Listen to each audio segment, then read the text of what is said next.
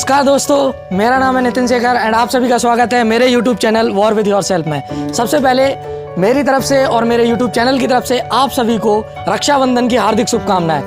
अब रक्षाबंधन का सेलिब्रेशन हमारे उत्तर प्रदेश में किस तरह होता है, आज हम लोग वो आपको दिखाने वाले हैं। तो हमारे यहाँ एक मान्यता है कि रक्षाबंधन की नाग पंचमी को हम लोग गेहूँ के बीज को बोते हैं। तो वो रक्षाबंधन वाले दिन हम लोग देखते हैं किस तरीके के जमा है।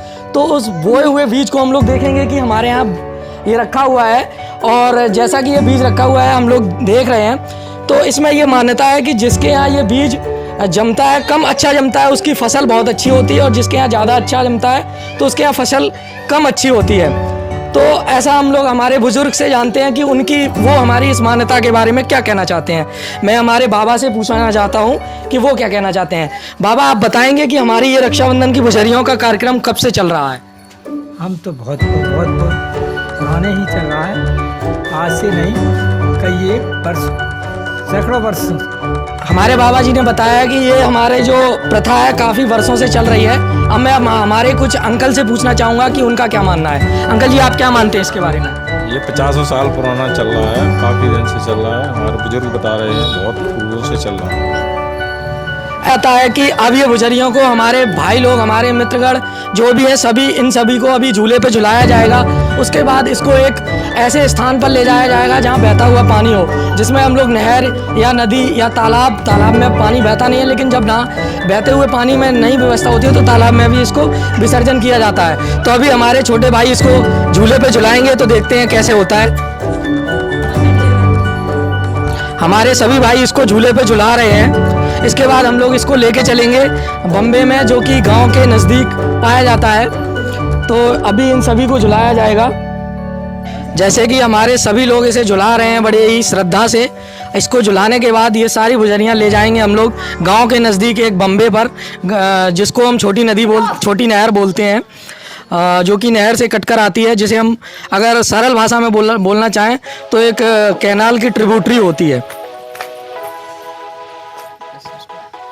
तो चलते हैं हम लोग इन सभी बुझरियों के विसर्जन के लिए हमारे गांव के नज़दीक एक बम्बे पे। तो चलिए चलते हैं।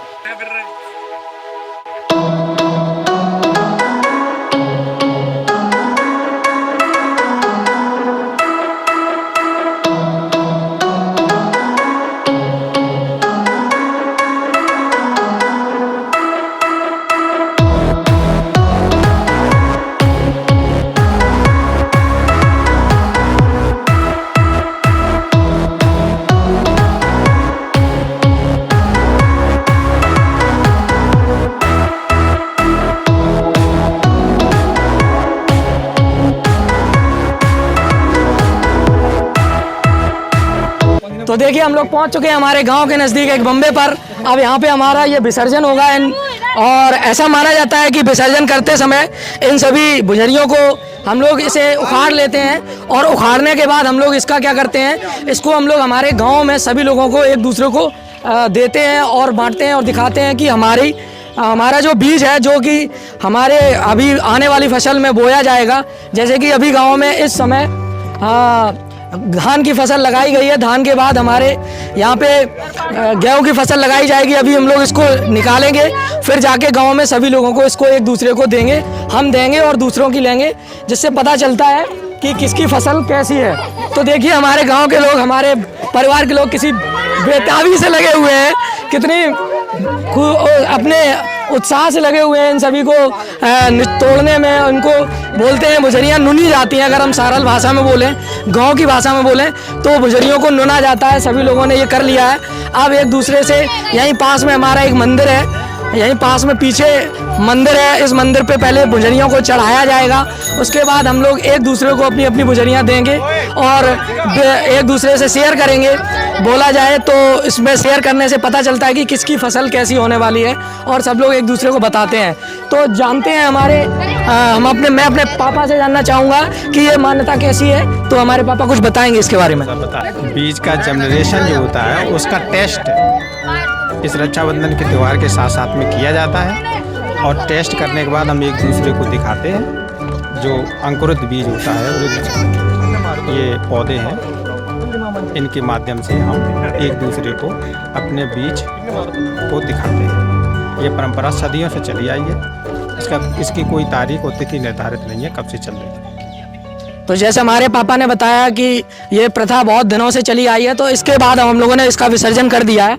अब हम लोग चलेंगे फिर से गांव की तरफ और हमारी बुजुर्गियों का एक दूसरे को देंगे और एक दूसरे से लेंगे। सरल भाषा में बोला जाए तो हम लोग आदान प्रदान करेंगे।